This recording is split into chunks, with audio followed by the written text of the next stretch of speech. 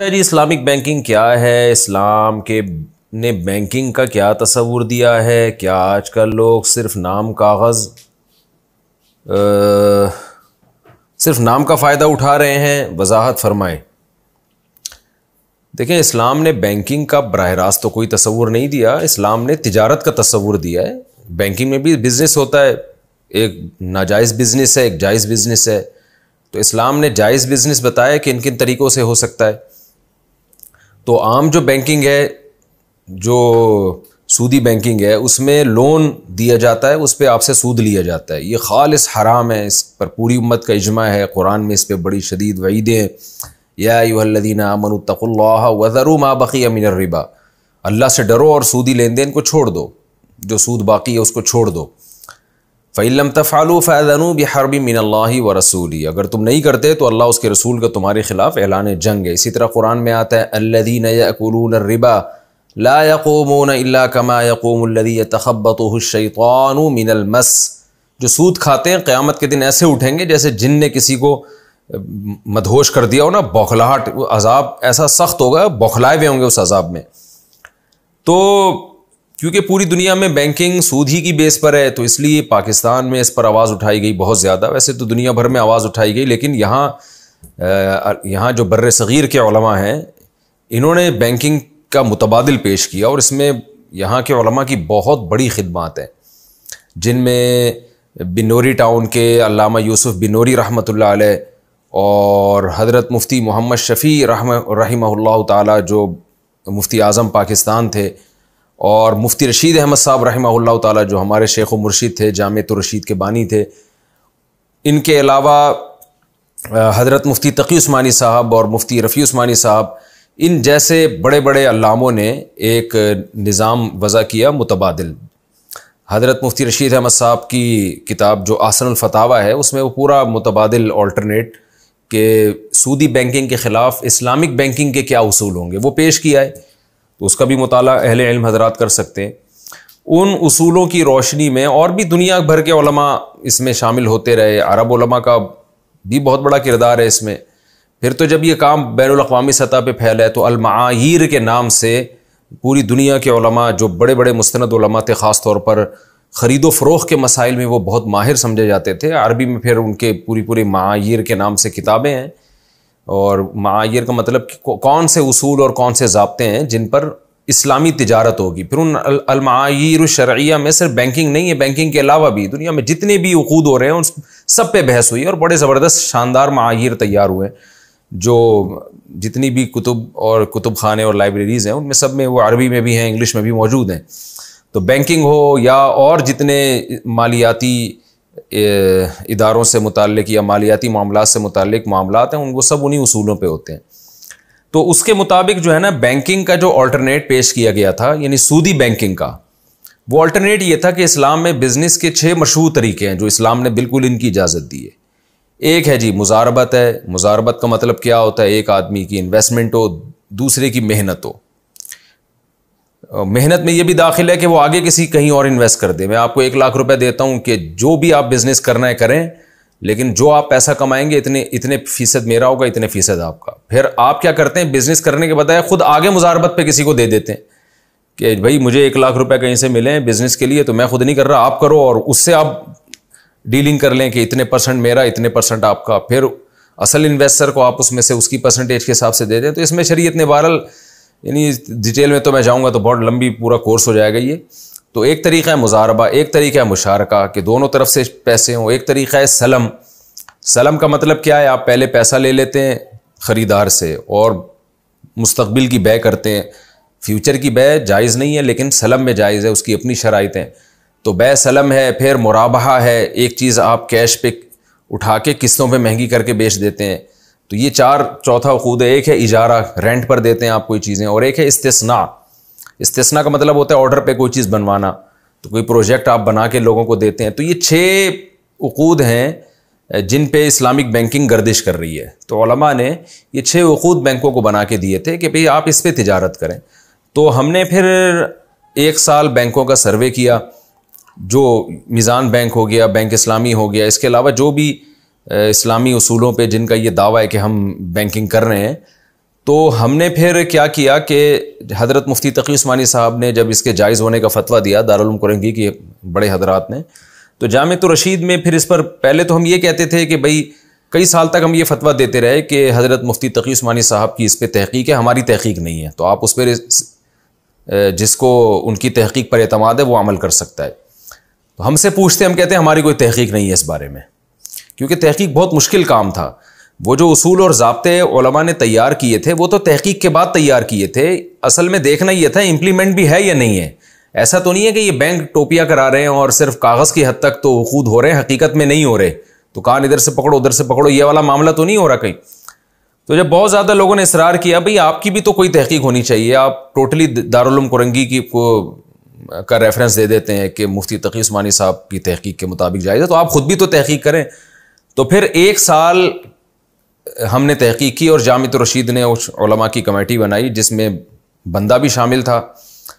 तो 5 या 6 उलमा थे जिनका काम यह था कि 1 साल उन्होंने सिर्फ इस्लामिक बैंकिंग को पढ़ना है और बैंकों का सर्वे भी करना है, देखना भी है कि अंदर हो क्या रहा है, अमली तौर पर ये सिस्टम जो उलमा ने बना के दिया है ये नाफिज भी है या नहीं है, और इसके बारे में जो जो एतराज़ात उठते हैं, बाज़ एतराज़ात उलमा की तरफ से थे, बाज़ आवाम की तरफ से थे, तो उन एतराज़ात का भी जायज़ा लेना है कि ये एतराज़ात वाकई हैं भी या नहीं है, अगर हैं तो इनके जवाब क्या हैं।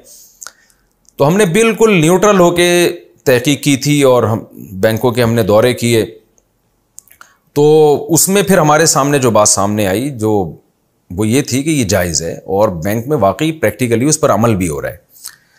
उसमें बहुत सारे एतराज़ात जो अहले इल्म हज़रात की तरफ से किए जाते थे, वो तो कुछ एतराज़ात तो ऐसे थे जो हकीकत से नावाकिफ़ होने की वजह से थे, वो ये समझ रहे थे कि ऐसा हो रहा है, हालांकि ऐसा हो ही नहीं रहा था। और कुछ एतराज़ात ऐसे थे जिनके माकूल जवाब इल्मी अंदाज में मौजूद थे। तो खैर जामिअतुर रशीद ने इस पर एक तहरीर शाये कर दी और जायज़ होने का फ़तवा दिया। तो ये मैं इसलिए कहता हूँ कि लोग हम पे एतराज़ करते हैं कि शायद उन्होंने बैठे बैठे एक चीज़ का फ़तवा दे दिया, तो हमने पूरी तहक़ीक़ के बाद फ़तवा दिया है इसके जायज़ होने का। अलबत्ता तकाफुल के बारे में हमारी राय हज़रत यानी दारुल उलूम कुरंगी की राय से अभी तक मुत्तफ़िक़ नहीं हुई है। तकाफुल जो ऑल्टरनेट पेश किया गया ना तकाफुल का, उसमें जामिअतुर रशीद के सीनियर मुफ्ती हैं मुफ्ती हुसैन खलील खेल साहब, वो भी थे और भी दीगर उलमा थे। तो बहुत लंबी इस पर भी साल भर बहस हुई है हमारी। तो उसमें जो कम अज़ कम मेरी राय, मुझे तो ये कहते हुए भी अच्छा नहीं लगता है मेरी राय हमारी क्या औकात है, लेकिन टूटी फूटी जो हमने तहक़ीक़ की है जितनी हम कर सकते थे उसके हिसाब से, और हज़रत मुफ्ती हुसैन खलील खेल साहब तो वहाँ के बहरहाल सीनियर मुफ्ती हैं, उनकी भी राय ये थी कि तकाफुल का जो मौजूदा सेटअप है उस पर हमें इत्मीनान नहीं है। इस पर हज़रत अक़दस हज़रत मुफ्ती तकी उस्मानी साहब से बराह रास्त भी हमारे यानी इश्कालात हमने पेश की हैं, तो हज़रत की तरफ से उनके जवाब भी दिए गए। लेकिन ज़ाहिर है अहले इल्म में इख्तलाफ होता है, अगरचे हज़रत तो बहुत बड़े आदमी हैं, लेकिन बहरहाल उसमें हमें लगा कि हमें उस जवाब से हम मुतमईन नहीं हो पाए।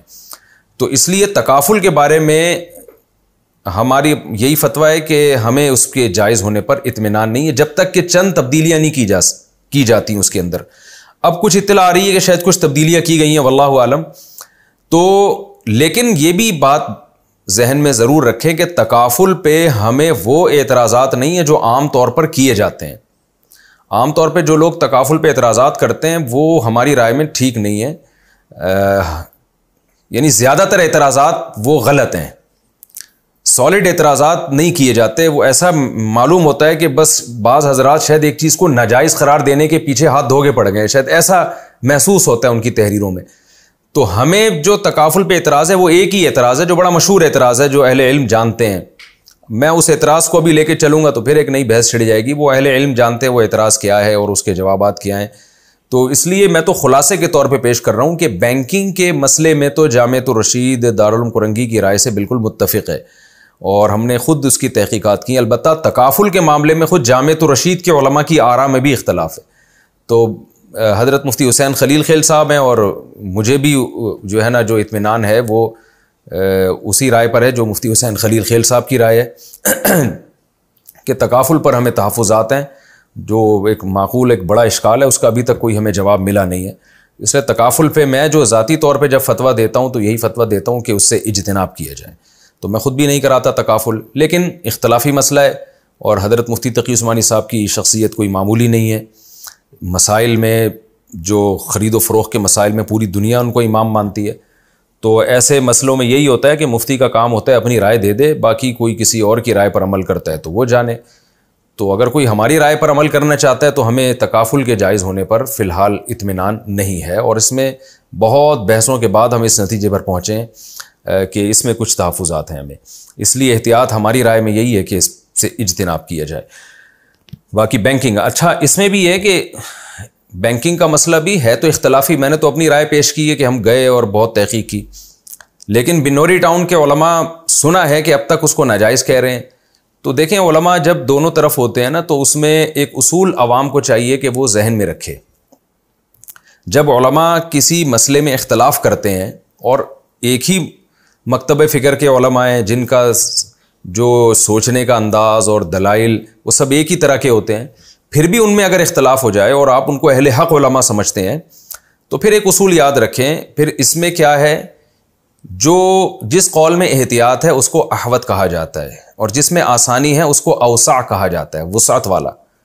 तो ऐसे मौके पे फिर आवाम को चाहिए कि शदीद ज़रूरत के बग़ैर वो एहतियात वाले कौल पर अमल करे, और कहीं ज़रूरत शदीदा हो, बहुत ज़्यादा हरज का अंदेशा हो, तो फिर उस कौल पर अमल कर ले जिसमें गुंजाइश है। तो ये एक उसूल याद रखें कि फिर उलमा पे तंज ना करें कि ये क्या कहते हैं, इनको क्या पता, ये क्योंकि हमने देखा है इस्लामिक बैंकिंग को जिन्होंने जायज़ करार दिया, बाज़ मुतशद्दिद लोगों ने उनको हुकूमत का पिट्ठू करार देना शुरू कर दिया। इसका हुकूमत के पिट्ठू होने से क्या ताल्लुक है? हुकूमत कहाँ चाहती है कि इस्लामिक बैंकिंग आए? अभी देखें ना, सुप्रीम कोर्ट ने जो सूदी बैंकों के ख़िलाफ़ जब फैसला किया है तो गवर्नमेंट ने कहाँ किसको सपोर्ट किया? सूदी बैंकों का सपोर्ट किया, इस्लामिक बैंकों को थोड़ी सपोर्ट किया है। हाँ, गवर्नमेंट में अच्छे लोग भी होते हैं, लेकिन उमूमी तौर पर तो नहीं सपोर्ट किया जाता।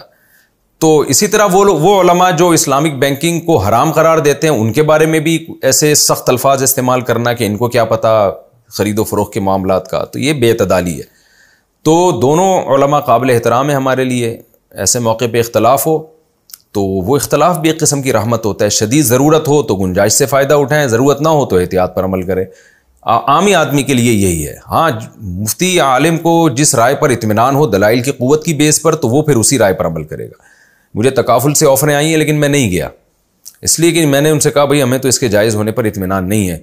लेकिन अगर आमी आदमी में कोई तकाफुल करार आए हज़रत मुफ्ती तकी उस्मानी साहब का फतवा लेके, तो हम उसके सर पर नहीं सवार हो जाते, इसलिए कि वो एक रिलायबल मुफ्ती के फतवे पर अमल कर रहा है। क़यामत के दिन उसके लिए इतना काफ़ी है। जब अल्लाह ताला उससे पूछेंगे तुमने क्यों इस पर अमल किया, वो कह सकता है अल्लाह मैं तो जाहिल था, और तूने कुरान में कहा है फ़स्अलू अहल ज़िक्री इन कुन्तुम ला तालमून, अहले ज़िक्र से पूछो, अहले इल्म से पूछो अगर तुम्हें इल्म नहीं है।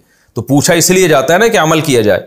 तो एक आदमी ने अहले इल्म से पूछा, उन्होंने फतवा दे दिया, वो उस पर अमल कर रहा है। और अहले इल्म भी वाकई अहले इल्म है, अहले हक़ में से भी हैं। खाली अहले इल्म होना काफ़ी नहीं है, अहले हक़ में से भी होना ज़रूरी है, वरना बाज़ अहले इल्म ख्वाहिश परस्त होते हैं, नफ्स परस्त होते हैं। तो अगर कोई इस पर अमल करता है तो ये जायज़ है। ये मैंने पूरा इस्लामिक बैंकिंग का एक खुलासा आपके सामने पेश कर दिया है। तो हमारी खुलासा क्या निकला है? इस्लामिक बैंकिंग हमारी नज़र में जायज़ है बिल्कुल, और कोई एहतियात पर अमल करना चाहे तो बहुत अच्छी बात है, और तकाफुल हमारी नज़र में नाजायज़ है।